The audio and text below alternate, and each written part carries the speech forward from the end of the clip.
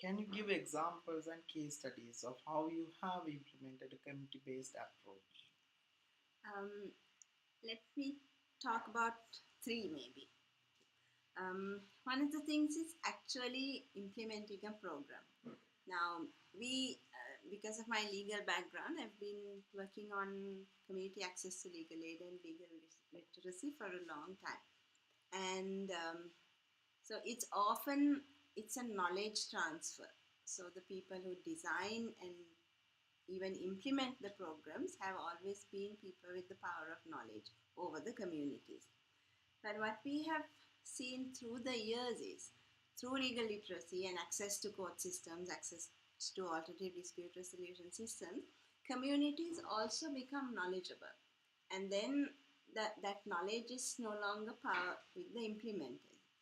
And what we've seen in the justice sector is that a community based approach has developed where people themselves have formed ways of resolving their disputes or accessing justice through what is now called the legal empowerment approach.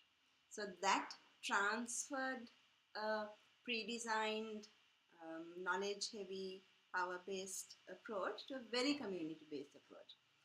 And because I come from a project implementation background, we see that once the project is finished, that community based approach is still there. People are, the knowledge is there and they have their own approach. And it's not foolproof and completely successful, but they do have now a system. So I see that as a very community based approach. And it's a real transfer of power in the end. And you see actually a community growing because of that transfer of power. Law has suddenly stopped being this scary thing that's in the hands of very few.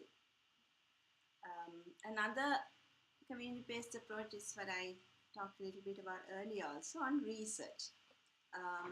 I've been involved with a project surveying what justice means to the people of Sri Lanka. And we experimented this doing communities to research themselves, and the findings have made us really humble because of the team which has the justice sector background. We actually started the research with the definition of justice, but we opened it out to people from the community. Of course, these are people who have been doing community development work, who have been part of dispute resolution system, so they also have some background, but they are from the community themselves.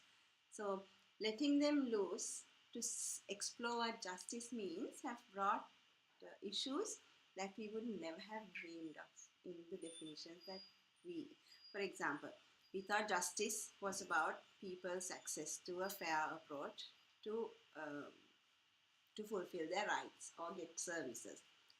In some communities, for the people, justice is God given. Nobody else can give it to them. Justice is revenge for some, which really blew us away. And justice is something that can be created by people themselves. So it's certainly not justice that's defined within a justice system. And this is because the community themselves researched what they thought.